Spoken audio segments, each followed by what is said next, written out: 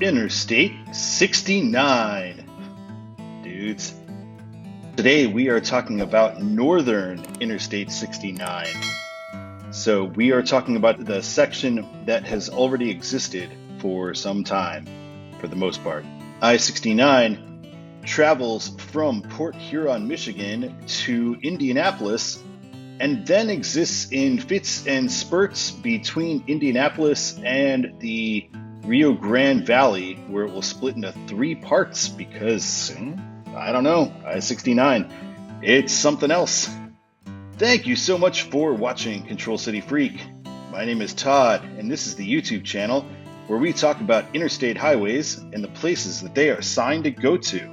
If you like this kind of content, please give us a like, and if you really dig it, why not subscribe? So, got over 1,000 subs now. Woo! I figured I may as well come on camera so I can become super famous. All right. First, we are going to talk about Southbound I-69. I know we normally start with Northbound, but I feel like Southbound is the way we need to start on this road. Where are we now? We are in Canada. This is the first time I've actually had a street view image of Canada. And this is signed for the Blue Water Bridge to USA, which is where 69 will be beginning. Here is a picture of the Blue Water Bridge. This is quite old. This is from Street View in 2007, which is the most recent one that we have. And also, we are looking at the wrong direction here, so not the best. Welcome to Control City Freak. All right, let's take a look at our first sign. We see we have 94 and 69 signed for Detroit and Lansing. After that, we get Welcome to Michigan. Kind of weird that we didn't get it on the actual bridge, but instead we got it after the first exit. But 69, dude. Another weird quirk of I-69, it begins as a westbound road, not as a southbound. Here is our exit for I-69 when it leaves I-94, signed for Flint and Lansing. So we're not getting just Flint, we're getting Lansing here too. And here it is, an I-69 shield with just West 69 on there. No north, no south. Probably the only north-south road ever signed for east and west, or rather, the only odd-digit one. Here's one of our early mileage signs, and we are signed for Flint in 63 miles. Here we approach downtown Flint at I-475, so 69 is now signed for Lansing, West Lansing, as opposed to East Lansing.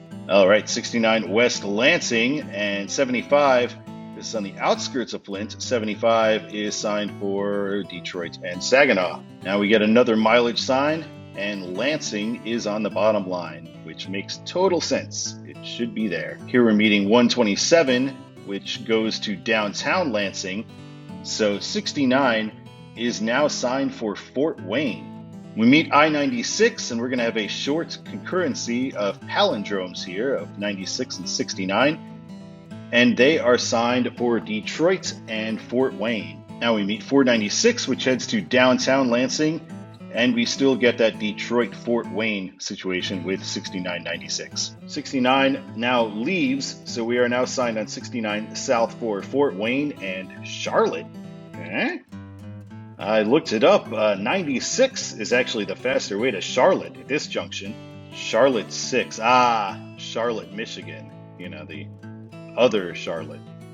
And we see Fort Wayne at the bottom of the sign here, which makes total sense. Here we get our second meeting with I-94.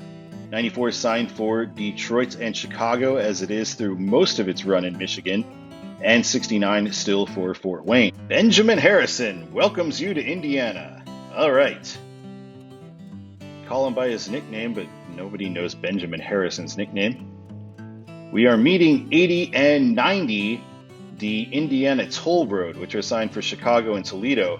We don't get a pull-through sign here for I-69 here, and here's the actual interchange of 80 and 90 with 69. No pull-through, but we see Fort Wayne is still going to be the primary control city on that interchange from 80 and 90, but Indianapolis is on the sign now as well. For whatever reason, 469 and 69 interchanges really don't like to use control cities very much. So this one, we have no control cities. I believe it should be 69 south for Indianapolis and Fort Wayne, 469 east Toledo would probably be the way to go. This is about as urban of Fort Wayne as 69 gets to. 69 misses downtown Fort Wayne by quite a ways, but we still do not get a control city on an overhead sign for I-69 here. When we meet 469 again, we still have no pull through for I-69, but we can see on 469 that there is a ramp for Indianapolis for 69, which of course makes complete sense. All of these have so far, really. Right on the next mileage sign, we see Indianapolis on the bottom line, as well it should be. Here's a sign we're going to need to get used to on this road. 69 ends, because 69 ends a lot right now. There's a lot of ends of 69. This particular one's a little weird though, because 69 is going to be on 465. Technically, I think is already, but Indiana is not signing it yet until they complete the southern section of I-69. So let's look at 465 a little bit. We're getting on 465 south with Indiana Highway 37. 465 meets I-70 here, and now we are meeting I-74. I-74 signed for Cincinnati, and we're going to be multiplexed with I-74 here as well. So now we're on 465 West and 74 West Peoria. In theory, we're on I-69 as well, but like I said, they're not signing that yet. And this is where we meet I-65 for Louisville and downtown Indianapolis. Indiana 37 is the road that is going to be I-69-ish. Might not be built right on top of 37, but it's going to follow 37's route, and I imagine much of 37 will be upgraded to 69. So we'll get off here. We see right here, Indiana Highway 37 is something of a strode, so certainly nothing close to an interstate here. A little further south, a little bit south of the Indianapolis metro area, Indiana 37 becomes more of a divided expressway.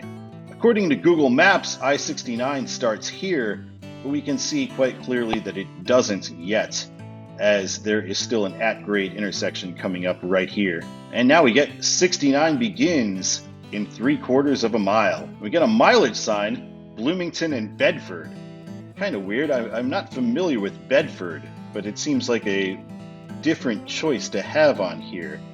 Are we on I-69 yet? I actually don't know. Just a little bit further down the road, we get this Rule M Steel Highway. So I think this is the start of I-69, since the name of the highway, or who it's named after, has changed. And at the first exit on I-69, we do see 69 South Evansville. Again, we don't have any pull-throughs for I-69. I-69 seems to tend to avoid those. And here's our first shield for I-69 once we are officially on I-69 again. And now we've got Bloomington, Washington, and Evansville. Where did Bedford go? We've got Evansville, so that's probably smart, but I wonder why we don't have Bedford. Bedford is where you get to if you go south on 37. So that sign we saw before was only 37 signing itself and ignoring the fact that it was about to become I-69 in like half a mile. And we get 69 South Evansville here as well. Here's the intersection with I-64, and we're coming to former 164, which has now been converted to I-69. On exits in the Evansville area, all we get is this, 69 North, 69 South. No control cities in either direction. And now 69 ends once again as we are intersecting with US 41, which will cross the river to Kentucky. Although once 69 is complete, it actually won't be on this stretch quite anymore. Now let's talk about Northbound I-69. This is the twin bridges across the Ohio River, which US 41 currently takes. This is where I-69 traffic would take to cross the river and connect to different I-69 sections right now. Although this bridge itself will never be I-69, as they are planning a new crossing of the Ohio River. Here's an older sign on Street View. We see 164 to 64. But now, right next to that same Welcome to Indiana sign, we see 69 North and no control city whatsoever. And here we see the actual ramp and the split for 69 off of 41. This sign's a little older too, meeting I-64. We see 69 signed north for Petersburg, which is also not a place that I am familiar with. I don't know southern Indiana very well. However, we can see now Petersburg is no longer listed. We can see the green out on that sign, and they're going to eventually change it, I assume, to Indianapolis. And as before, at random interchanges, we see I-69 is not signed for any control city yet. This was kind of interesting. Where the mileage signs usually are on these roads were all these white signs instead of the mileage signs. I wonder if they're going to be there as well, or if they're just a placeholder for the mileage signs that are coming. But kind of weird that I couldn't find any mileage signs on this section of I-69. Here's our junction with Indiana Highway 37, and we see now we're signed I-69 Indianapolis. For the first time, we actually have a control city. And I think that's because Indiana 37 does already go to Indianapolis. Here on Indiana Highway 46, there's the intersection with I-69, and I-69 signed north for Indianapolis, south for Evansville. Now that we are merged with Indiana 37, we are even getting mileage signs again. Amazing. So Indianapolis is signed. It's the same distance to Indianapolis, I feel like, further down the road, so I'm not sure why they don't have those signs further down. Here is another end of I-69. We see the freeway ends here. And here is our Strode meeting back with 465. So we'll look up going on 465 where 69 will be. First, we have our intersection with I-65, South Louisville and North Downtown. Here's where I-74 leaves 465. We don't get any kind of pull-through for 465 and the many roads that are on 465 at this point. Here's our intersection with I-70 again. And here is where I-69 reforms and leaves 465, along with Indiana Highway 37, its old friend. Not too far along, 69 and 37 finally end their concurrency, but with no control cities involved whatsoever, which is a little weird. Fort Wayne is the primary road on these mileage signs, which makes sense. Now we get Muncie, Gas City in Fort Wayne. Muncie's kind of a big town, home of Ball State University, right off I-69. Yeah, I didn't know these jokes were coming, guys.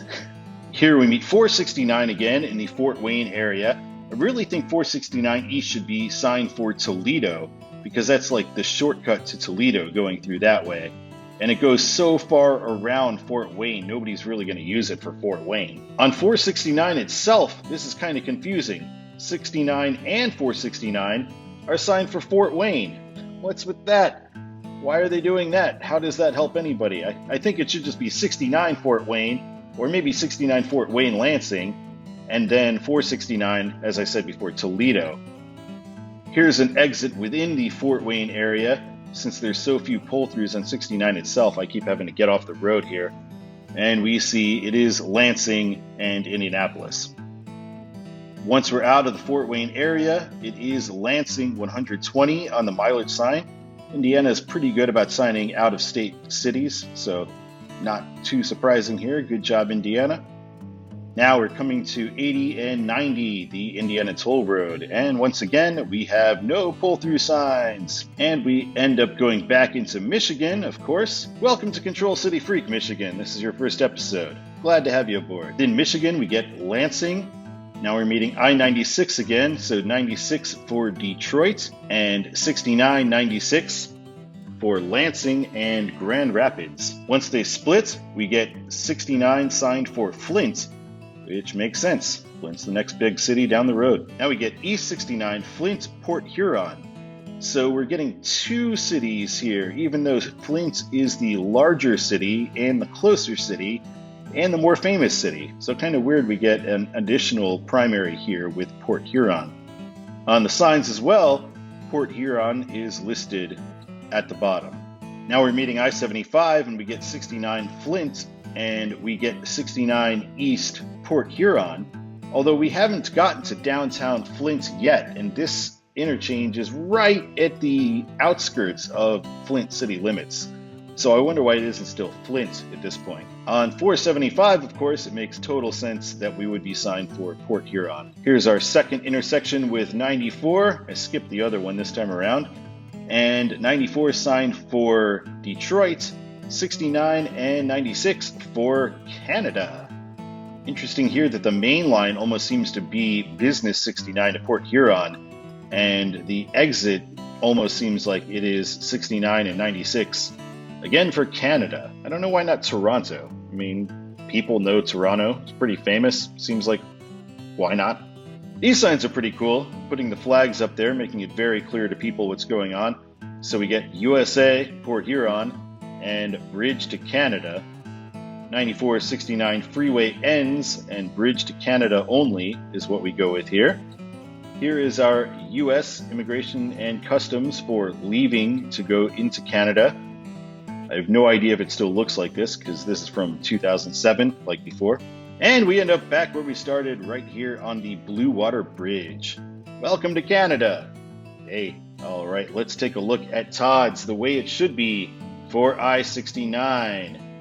For I-69 South, they pretty much get it right. I'm going to say Detroit, Flint, Lansing, Fort Wayne, Indianapolis, and then Evansville, which is as far as we got today.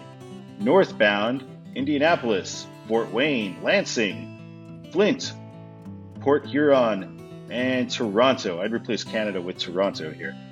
And that will wrap up this episode of Northern 69. Please tune in next week when things get really weird and we get to the fits and starts random sections of I-69 going all the way down to the Mexican border in Texas. Thank you so much for watching Control City Freak. My name is Todd. Keep on trucking.